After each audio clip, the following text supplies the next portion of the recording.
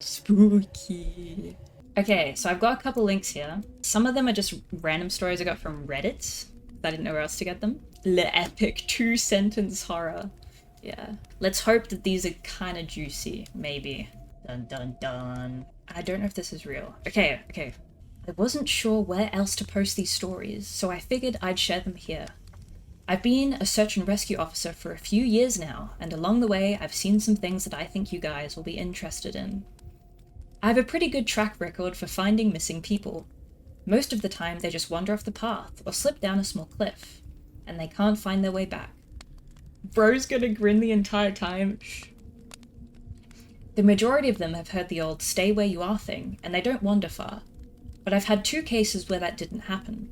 Both bother me a lot, and I use them as motivation to search even harder on the missing persons cases I get called on. The first was a little boy who was out berry picking with his parents. He and his sister were together, and both of them went missing around the same time. Their parents lost sight of them for a few seconds, and in that time, both the kids apparently wandered off. When their parents couldn't find them, they called us and we came out to search the area. We found the daughter pretty quickly, and when we asked where her brother was, she told us that he'd been taken away by the bear man. She said he gave her berries and told her to stay quiet, that he wanted to play with her brother for a while. The last she saw of her brother, he was riding on the shoulders of the bear man and seemed calm. Of course, our first thought was abduction, but we never found a trace of another human being in that area. Dude, all I'm thinking of is just like a large, gay, hairy bear man that has got this kid. Hi, Nems. The little girl was also insistent that he wasn't a normal man. He was gay. No. But that he was tall and covered in hair like a bear. Yeah. And that he had a weird face. We searched that area for weeks. It was one of the longest calls I've ever been on, but we never found a single trace of that kid. The other was a young woman. Oh wait. Guys, I don't know if these are real. I hope they're not real. So this isn't like insensitive. The other was a young woman who was out hiking with her mum and grandpa. According to the mother, her daughter had climbed up a tree to get a better view of the forest, and she'd never come back down. They waited at the base of the tree for hours, calling her name before they called for help. Again, we searched everywhere, and we never found a trace of her. I have no idea where she could possibly have gone, because neither her mother or grandpa saw her come down. She turned into an owl. He does the best smirk in selfies. Okay, this is another story from the same guy. He's like put them all in this one post. A few times I've been out on my own searching with a canine, and they've tried to lead me straight up cliffs. Not hills, not even rock faces. Straight sheer cliffs with no possible handholds. It's just a fucking dumb dog. It's always baffling, and in those cases we usually find the person on the other side of the cliff, or miles away from where the canine has led us. I'm sure there's an explanation, but it's sort of strange. What's weird about that? Okay. One particularly sad case involved the recovery of a body. A 9-year-old girl fell down an embankment, oh my god, and got impaled on a dead tree at the base. It was a complete freak accident, but I'll never forget the sound her mother made when we told her what had happened. Oh, that's just sad. Guys, I don't know if these are real. Sorry, it's not funny, I thought you chose these. I did, but I didn't like read through all of them, so I didn't spoil myself, man. Violent warning, by the way. If you get easily scared of violence or ghouls, please turn back. Okay, continuing. I was teamed up with another SAR officer because we'd received reports of bears in the area. We were looking for a guy who hadn't come home from a climbing trip when he was supposed to, and we ended up having to do some serious climbing to get where we figured he'd be. We found him trapped in a small crevice with a broken leg. He'd been there for almost 2 days, and his leg was very obviously infected. We were able to get him into a chopper, and I heard from one of the EMTs that the guy was absolutely inconsolable. He kept talking about how he'd been doing fine, and when he got into the top, a man had been there. He said the guy had no climbing equipment, and he was wearing a parka and ski pants. He walked up to the guy, and when the guy turned around, he said he had no face. It was just blank. He freaked out and ended up trying to get off the mountain too fast, which is why he'd fallen. He said he could hear the guy all night, climbing down the mountain and letting out these horrible muffled screams. That story bothered the hell out of me. I'm glad I wasn't there to hear it. One of the scariest things I've ever had happen to me involved the search for a young woman who'd gotten separated from her hiking group. We were out until late at night because the dogs had picked up her scent. When we found her, she was curled up under a large rotted log. She was missing her shoes and pack, and she was clearly in shock. She didn't have any injuries, and we were able to get her to walk with us back to base ops. Along the way, she kept looking behind us and asking us why that big man with black eyes was following us. We couldn't see anyone, so we just wrote it off as some weird symptom of shock. But the closer we got to base, the more agitated this woman got. She kept asking me to tell him to stop making faces at her. At one point she stopped and turned around and started yelling into the forest, saying that she wanted him to leave her alone. She wasn't going to go with him, she said, and she wouldn't give us to him. We finally got her to keep moving, but we started hearing these weird noises coming from all around us. It was almost like coughing, but more rhythmic and deeper. It was almost insect-like. I don't really know how to describe it. When we were within sight of base ops, the woman turns to me, and her eyes are about as wide as I can imagine a human could open them. She touches my shoulder and says, "He says to tell you to speed up. He doesn't like looking at the scar on your neck." I had a very small scar on the base of my neck, but it's mostly hidden under my collar, and I have no idea how this woman saw it. Right after she says it, I hear that weird coughing right in my ear, and I just about jumped out of my skin. I hustled her to ops, trying not to show how freaked out I was. But I have to say, I was really happy when we left the area that night. Eek! This is the last one I'll tell, and it's probably the weirdest story I have. Now, I don't know if this is true in every SAR unit, but in mine, it's sort of an unspoken regular thing we run into. You can try asking about it with other SAR officers, but even if they know what you're talking about, they probably won't say anything about it. We've been told not to talk about it by our superiors, and at this point, we've all gotten so used to it that it doesn't even seem weird anymore. On just about every case where we're really far into the wilderness, I'm talking 30 or 40 miles, at some point we'll find a staircase in the middle of the woods. It's almost like if you took the stairs in your house, cut them out, and put them in the forest. I asked about it the first time I saw some, and the other officer just told me not to worry about it, that it was normal. I swear I've seen something about this before. Everyone I asked said the same thing. I just wanted to go check them out, but I was told very emphatically that I should never go near any of them. I just sort of ignored them now when I run into them because it happens so frequently. I actually saw one of these in a hike once. Wait, really? I've never seen random stairs. These don't sound that crazy. It's like woman with schizophrenia, stairs, saw guy without face. This real as hell, what do you mean? Sorry, all of these are 100% real. Okay, this next one, the title is My Sugar Daddy Asks Me for Weird Favors. Are we ready? His Tinder profile said he was 45, but he looked to be in his early 30s at most. You sure this is horror? Yeah, I think so. Looking for a sugar baby, $700 weekly, no sex. It sounded too good to be true, but as a broke university student, I was willing to take my chances. I swiped right and Tinder let me know it was a match. His message came seconds later. Hey there, sweetheart. I cringed at that word. I hated it. The $700 was $700, so I sucked it up and replied, Hey, winky face. His name was Jack, and he told me he owned his own business, although he never specified what kind of business it was.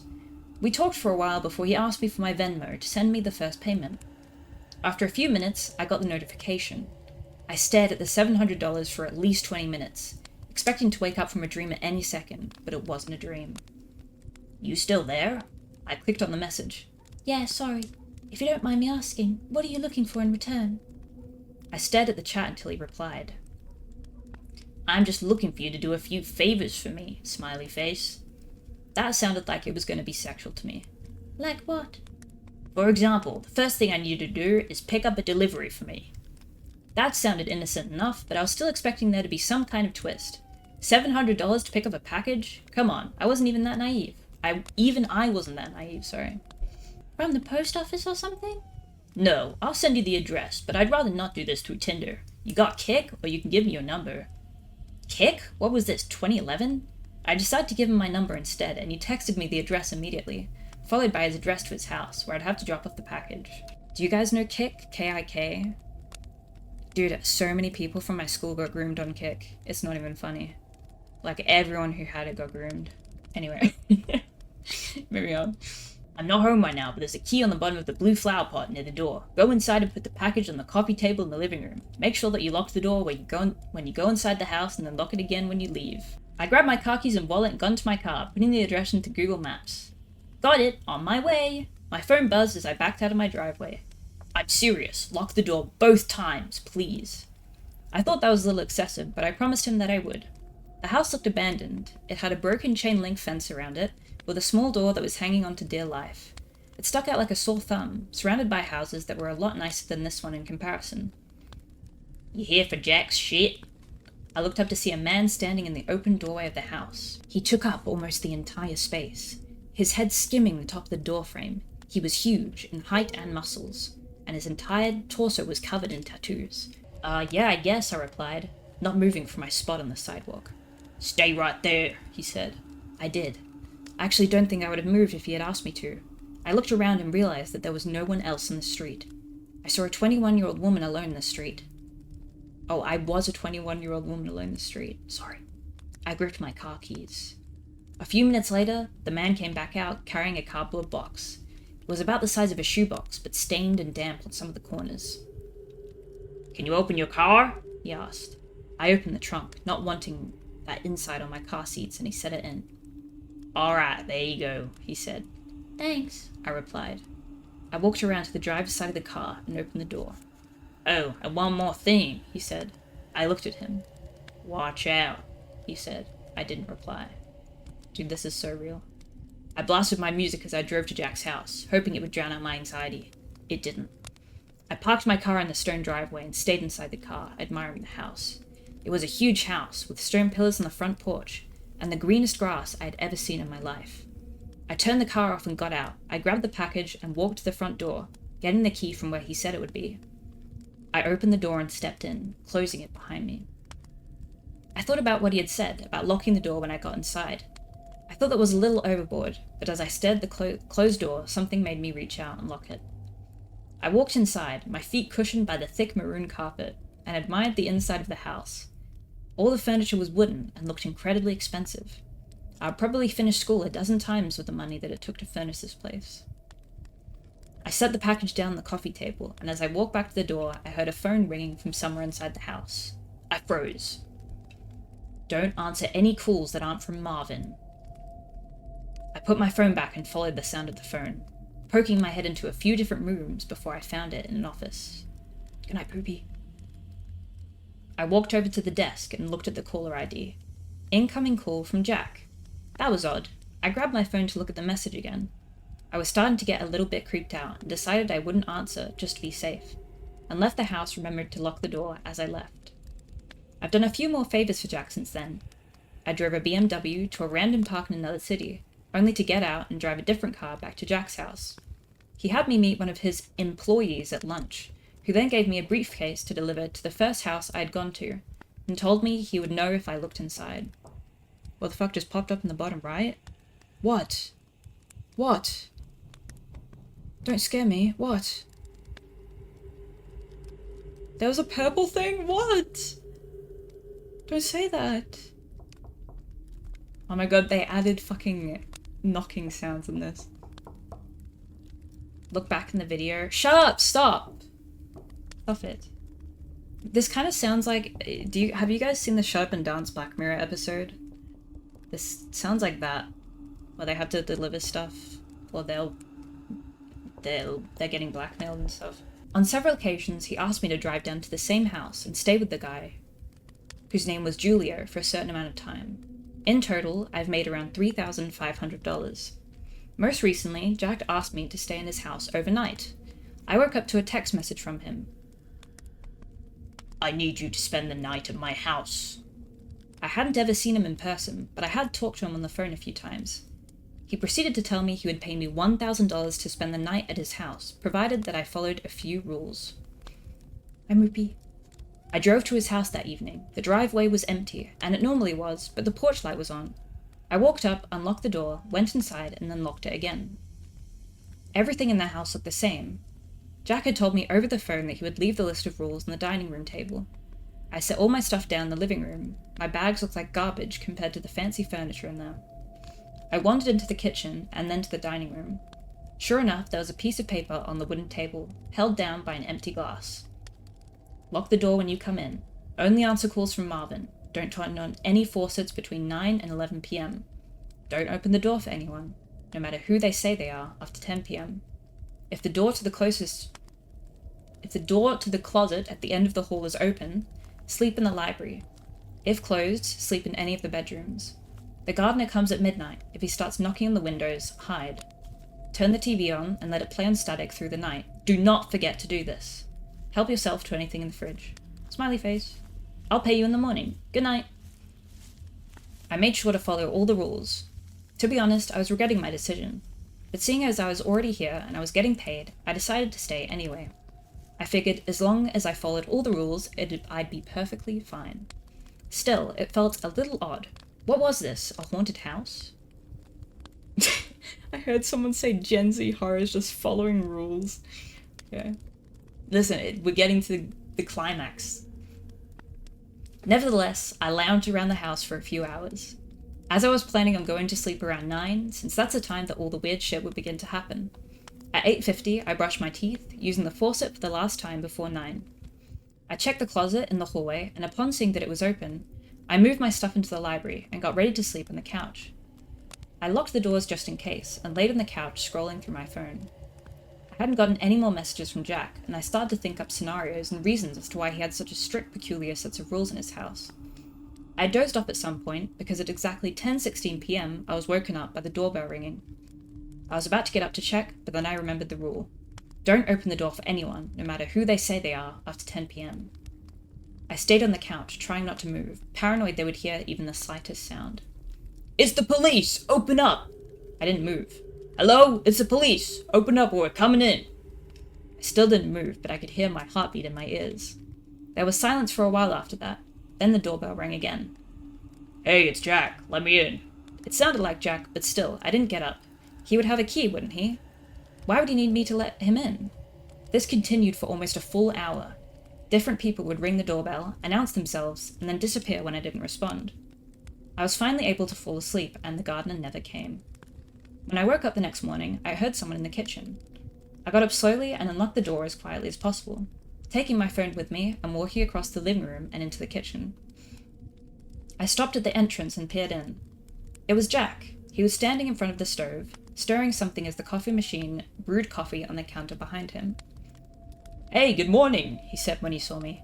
Hi, I replied, nervous. I hadn't seen him in person before, but he looked exactly like his pictures online. Scrambled eggs? He asked, motioning to the pan with a wooden spoon. Yeah, thanks, I replied, walking over to take the plate from him. I ate my breakfast and drank some coffee in silence. So how was it? He asked. It was okay. Nothing super freaky happened, I replied. Cool, he replied. There was an awkwardness in the room. I think I'm gonna go now. I have class, I trailed off. I didn't, but I really wanted to get out of there. Oh no, yeah, sure. I'll talk to you some other time, he replied. I grabbed my stuff and he walked me to my car. I could see him standing in the driveway, staring at me as I left. When I got home, I unpacked all my stuff and noticed that I still had the list with me. I sat on my bed and read it again.